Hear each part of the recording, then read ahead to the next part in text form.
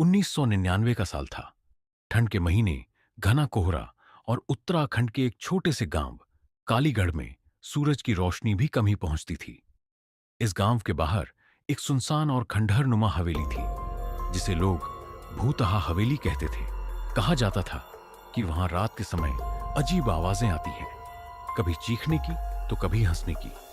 हवेली के पास कोई नहीं जाता था। गांव वालों का मानना था कि इस हवेली में रहने वाले एक पूरे परिवार की मौत रहस्यमय परिस्थितियों में हुई थी और उनकी आत्माएं आज भी वहां भटक रही हैं। कहानी की शुरुआत अर्जुन, एक युवा फोटोग्राफर जो शहर से गांव के प्राकृतिक दृश्यों को कैमरे में कैद करने आया था, इन कहानियों पर यकीन नहीं करता था। अर्जुन को ऐसी जगह खींचती थी जो रहस्यमयी और खतरनाक मानी जाती थी। उसने गांव वालों से इस हवेली के बारे में सुना और तुरंत ही वहां जाने का फैसला किया। गांव के बुजुर्गों ने अर्जुन को चेतावनी दी, बेटा, उस हवेली के पास मत जाना, वहां जो गया वो वापस नहीं लौटा। लेकिन अर्जुन का जिज्ञासु मन मानने को तैयार नहीं था। उसने अपनी बैग में टॉर्च, कैमरा और एक डायरी रखी और हवेली की ओर चल पड़ा। हवेली गांव से करीब 2 किलोमीटर दूर थी। कोहरे में लिपटी हवेली का ढांचा डरावना लग रहा था। उसकी दीवारों पर काई जम चुकी थी और खिड़कियों के शीशे टूटे हुए थे। हवेली के पास पहुंचते ही अर्जुन ने महसूस किया कि वहां हवा भी अजीब तरह से भारी और ठंडी थी। जैसे ही उसने मुख्य दरवाजा खोला, एक जोर की चीख उसके कानों में गूंजी। अर्जुन रुक गया, लेकिन अपने डर को दरकिनार करते हुए अंदर कदम रखा। हवेली के अंदर घना अंधेरा था। उसने टॉर्च जलाकर देखा। दीवारों पर अजीब अजीब निशान थे, जैसे किसी ने खून से लिखने की कोशिश की हो। फर्श पर पुरानी तस्वीरें और टूटी फूटी चीजें पड़ी थीं। अचानक हवेली के कोने से एक तेज हंसी की आवाज आई। अर्जुन ने टॉर्च उस दिशा में घुमाई, लेकिन वहां कुछ नहीं था। अर्जुन को हवेली के एक कमरे में एक पुरानी डायरी मिली। डायरी पर खून के धब्बे थे और उस पर 1999 लिखा था। उसने पन्ने पलटे तो उसमें किसी महिला का लिखा हुआ था, हम सब यहां फंसे हुए हैं। यह हवेली हमारा घर थी, लेकिन अब यह हमारा कब्रिस्तान बन चुकी है। उसने हम सबको मारा, लेकिन वह अब भी यहीं है। सावधान रहना, जो भी इसे पढ़े। डायरी पढ़ते ही अर्जुन को ऐसा लगा जैसे उसकी पीठ पर किसी ने हाथ रखा हो। वह पलटा, लेकिन वहां कोई नहीं था। जैसे ही वह हवेली से बाहर निकलने की कोशिश कर रहा था, दरवाजा अपने आप बंद हो गया। अर्जुन ने पूरी ताकत लगाई, लेकिन दरवाजा नहीं खुला। तभी उसके कानों में एक धीमी सी आवाज आई, तुम भी यहीं रहोगे हमेशा के लिए।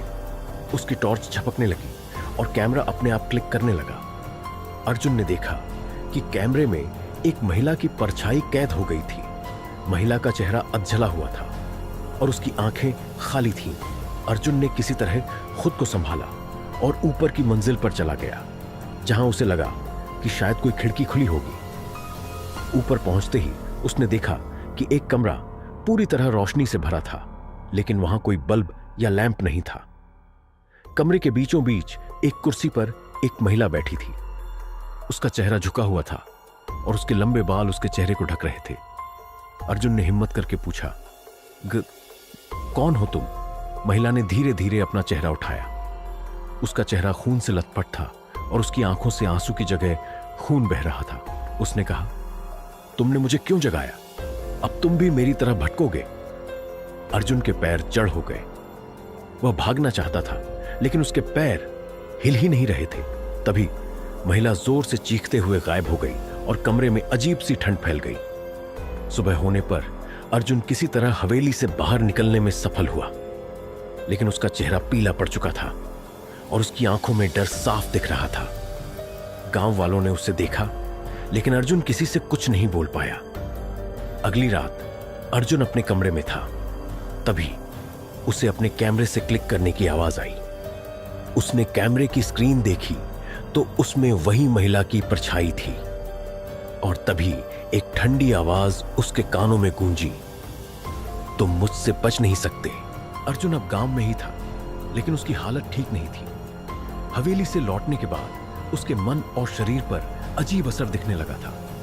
रात के समय उसे महिला की परछाई दिखती और कभी कभी उसके कानों में किसी के रोने की आवाज गूंजती।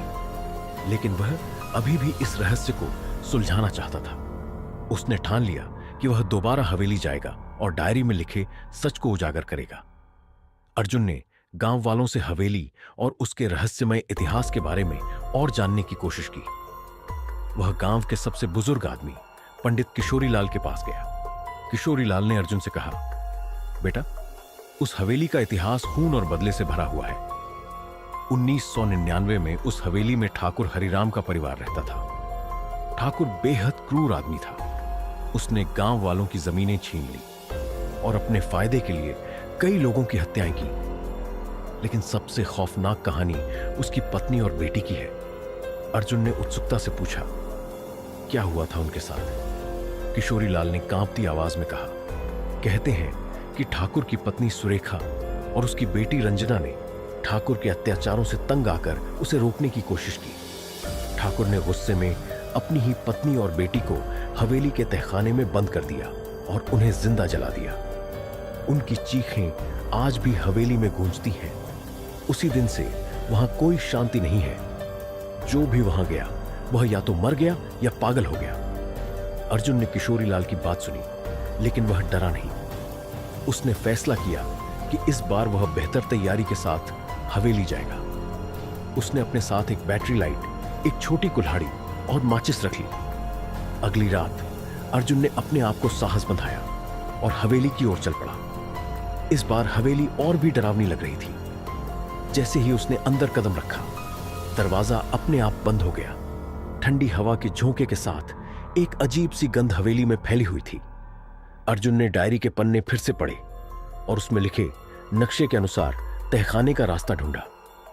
तहखाने का दरवाजा लकड़ी का था और उस पर गहरे निशान थे, जैसे किसी ने उसे बाहर से बंद किया हो। अर्जुन ने कुल्हाड़ी की मदद से दरवाजा तोड़ दिया। तहखाने में कदम रखते ही अंधेरा और ठंड बढ़ गई। दीवारों पर जले हुए हाथों के निशान थे। अर्जुन ने जैसे ही टॉर्च से तहखाने का निरीक्षण किया, उसे एक कोने में 2 जली हुई परछाइयां दिखी। यह सुरेखा और रंजना की आत्माओं की छाया थी। तभी एक कर्कश आवाज गूंजी, क्यों आए हो यहां? हमें चैन से नहीं रहने दोगे? अर्जुन ने जवाब दिया, मैं सच जानने आया हूं, तुम्हारी मदद करना चाहता हूं। आवाज ने ठहाका लगाया और कहा, मदद? अब कोई मदद नहीं। जो यहां आया उसने केवल हमारे दर्द को बढ़ाया। अब तुम भी यहां फंस चुके हो। अर्जुन को तहखाने के बीचों बीच एक लोहे का संदूक मिला। उसने संदूक को खोला तो उसमें ठाकुर हरिराम की एक पुरानी तस्वीर और एक पत्र था। पत्र में लिखा था, मैं जानता हूं कि मैंने पाप किया है। मैंने सुरेखा और रंजना को मार डाला, लेकिन मैं उनसे बच नहीं सका। उनकी आत्माएं मेरा पीछा कर रही हैं। मैंने खुद को इस तहखाने में कैद कर लिया है ताकि मेरी आत्मा बाहर न जा सके। जो भी यह पत्र पढ़े वह यहां से तुरंत चला जाए, वरना वह भी इस हवेली के अभिशाप का हिस्सा बन जाएगा। अर्जुन ने पत्र पढ़ते ही महसूस किया कि पीछे कोई खड़ा है। उसने पलटकर देखा तो वहां सुरेखा और रंजना की आत्माएं थीं। उनकी आंखों में दर्द और गुस्सा था। अर्जुन ने अपनी टॉर्च और कुल्हाड़ी लेकर तहखाने से बाहर भागने की कोशिश की, लेकिन जैसे ही उसने तहखाने का दरवाजा खोला, उसे ठाकुर हरिराम की जली हुई आत्मा दिखाई दी। वह चिल्लाया, तुमने मेरी नींद खराब की है, अब तुम भी मरो। हवेली के अंदर की सारी चीजें हिलने लगी। दीवारों से खून जैसा कुछ बहने लगा और हवेली भूकंप की तरह कांपने लगी। अर्जुन किसी तरह अपनी जान बचाते हुए बाहर भागा। अर्जुन ने गांव वालों को हवेली में हुए अपने अनुभवों के बारे में बताया, लेकिन कोई भी उसकी बात पर विश्वास करने को तैयार नहीं हुआ। उल्टा उन्होंने उसे गांव से बाहर जाने को कहा। अर्जुन ने हवेली से लाए गए पत्र और तस्वीर को सबूत के तौर पर दिखाने की कोशिश की, लेकिन अगले दिन वह पत्र और तस्वीर अपने आप गायब हो गए। हवेली से लौटने के बाद अर्जुन के स्वभाव में बदलाव आने लगा। वह चिड़चिड़ा हो गया और उसे बार बार सुरेखा और रंजना की आवाजें सुनाई देने लगी। रात को सोते समय उसे सपने में हवेली के दृश्य और जली हुई आत्माएं दिखाई देती। अर्जुन ने फैसला किया कि अब वह इस कहानी को और गहराई से समझेगा, लेकिन यह सफर उसे कहां ले जाएगा, इसका उसे अंदाजा नहीं था। अर्जुन अब तक समझ चुका था कि भूतहा हवेली सिर्फ एक खंडहर नहीं थी, बल्कि उस पर एक अभिशाप का साया था। सुरेखा और रंजना की आत्माएं इंसाफ की मांग कर रही थीं, जबकि ठाकुर हरिराम की दुष्ट आत्मा इस सच्चाई को दबाने की कोशिश कर रही थी। अर्जुन ने तय किया कि वह इस अभिशाप को खत्म करके इस कहानी का अंत करेगा। अर्जुन ने गांव के पंडित किशोरीलाल और 2 अन्य गांव वालों मोहन और सुरेश को अपने साथ चलने के लिए मना लिया। किशोरीलाल ने कहा, हवेली का अंत करने के लिए हमें यज्ञ करना होगा, ठाकुर की आत्मा को हमेशा के लिए कैद करना होगा, लेकिन यह काम आसान नहीं होगा, हमें अपनी जान जोखिम में डालनी होगी। अर्जुन ने सहमति जताई। उन्होंने पूजा सामग्री, हवन कुंड और कुछ औजार अपने साथ लिए। रात के समय वे सभी हवेली की ओर चल पड़े। हवेली के पास पहुंचते ही हवा में अजीब ठंडक थी। इस बार हवेली और भी डरावनी लग रही थी। सबसे पहले वे तहखाने की ओर बढ़े, जहां से सब कुछ शुरू हुआ था। तहखाने का दरवाजा बंद था, लेकिन अर्जुन और मोहन ने मिलकर उसे खोला। अंदर का माहौल बेहद भारी और डरावना था। दीवारों पर पुराने खून के निशान अब और गहरे हो चुके थे और हर कोने से दर्द भरी चीखें सुनाई दे रही थीं। किशोरीलाल ने तहखाने के बीचों बीच हवन कुंड स्थापित किया और मंत्रों का जाप शुरू किया। जैसे ही उन्होंने पहला मंत्र पढ़ा, हवेली हिलने लगी, दीवारों पर दरारें पड़ने लगी और हवा में ठाकुर हरिराम की गूंजती हुई आवाज सुनाई दी, तुम मुझे खत्म नहीं कर सकते, यह हवेली मेरी है और मैं हमेशा यहां रहूंगा। जैसे जैसे यज्ञ आगे बढ़ा, हवेली में अजीब घटनाएं होने लगी। सुरेखा और रंजना की आत्माएं सामने आईं। उनका चेहरा दर्द और क्रोध से भरा था। उन्होंने अर्जुन की ओर देखा और कहा, तुमने हमारी मदद करने की कोशिश की है, लेकिन यह आसान नहीं होगा। ठाकुर की आत्मा बहुत शक्तिशाली है, वह तुम्हें रोकने की पूरी कोशिश करेगा। अर्जुन ने हिम्मत बांधते हुए कहा, मैं किसी भी कीमत पर तुम्हें न्याय दिलाऊंगा। तभी तहखाने में अंधेरा छा गया। एक जली हुई परछाई हवा में तैरती हुई उनके सामने आई। यह ठाकुर हरिराम की आत्मा थी। उसकी आंखों से आग की लपटें निकल रही थीं और उसकी हंसी से पूरा तहखाना गूंजने लगा। उसने यज्ञ को रोकने के लिए हमला किया। ठाकुर की आत्मा ने मोहन को हवा में उठाकर दीवार पर पटक दिया। सुरेश डर के मारे बाहर भागने की कोशिश करने लगा, लेकिन दरवाजा अपने आप बंद हो गया। अर्जुन और किशोरीलाल ने मिलकर मंत्र पढ़ना जारी रखा। ठाकुर की आत्मा ने अर्जुन की ओर बढ़ते हुए कहा, तुम समझते हो कि मुझे खत्म कर दोगे? मैं इस हवेली का राजा हूं, तुम भी मेरे जैसे जलकर मरोगे। अर्जुन ने हिम्मत नहीं हारी। उसने एक जलती हुई मशाल उठाई और ठाकुर की आत्मा की ओर फेंक दी। आत्मा जोर से चीखते हुए गायब हो गई, लेकिन यह सिर्फ कुछ समय के लिए था। यज्ञ अपने अंतिम चरण में था।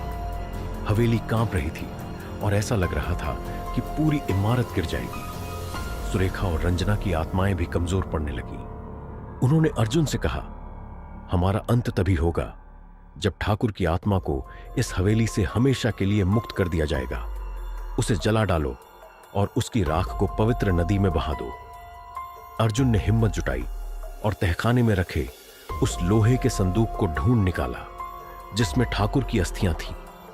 लेकिन जैसे ही उसने संदूक को उठाने की कोशिश की, ठाकुर की आत्मा फिर से प्रकट हुई। उसने अर्जुन का गला पकड़ लिया। अर्जुन सांस नहीं ले पा रहा था। तभी किशोरीलाल ने एक अंतिम मंत्र पढ़ा और आग की एक बड़ी लपट ठाकुर की आत्मा पर गिरी। आत्मा दर्द से चिल्लाई और कमजोर पड़ने लगी। अर्जुन ने अपनी पूरी ताकत लगाकर संदूक को आग में फेंक दिया। जैसे ही संदूक जलने लगा, सुरेखा और रंजना की आत्माएं मुस्कुराईं। उनकी आत्माएं अब शांति में थीं। उन्होंने अर्जुन का धन्यवाद किया और हवेली के माहौल में एक अजीब सी शांति फैल गई। ठाकुर की आत्मा की चीखें धीरे धीरे खत्म हो गईं और उसके साथ ही हवेली में मौजूद अजीब घटनाएं भी बंद हो गईं। तहखाना भी गिरने लगा। अर्जुन और बाकी बचे लोग किसी तरह वहां से बाहर निकले। अर्जुन ने ठाकुर की राख को पास की पवित्र नदी में बहा दिया। महसूस किया कि अब हवेली का अभिशाप खत्म हो चुका है। गांव वाले भी हवेली के पास से गुजरने में अब डर नहीं रहे थे। अर्जुन ने गांव में कुछ दिन बिताए और फिर अपने शहर लौट आया। लेकिन वह इस अनुभव को कभी नहीं भुला पाया। उसने इस पूरी घटना पर एक किताब लिखी जो बाद में बहुत मशहूर हुई। लेकिन कहते हैं उस हवेली में रात के समय कभी कभी सुरेखा और रंजना की हंसी की हल्की आवाजें आज भी सुनाई देती हैं। शायद वे यह सुनिश्चित करने के लिए वापस आती हैं कि कोई और ठाकुर हरिराम जैसा राक्षस फिर कभी जन्म न ले।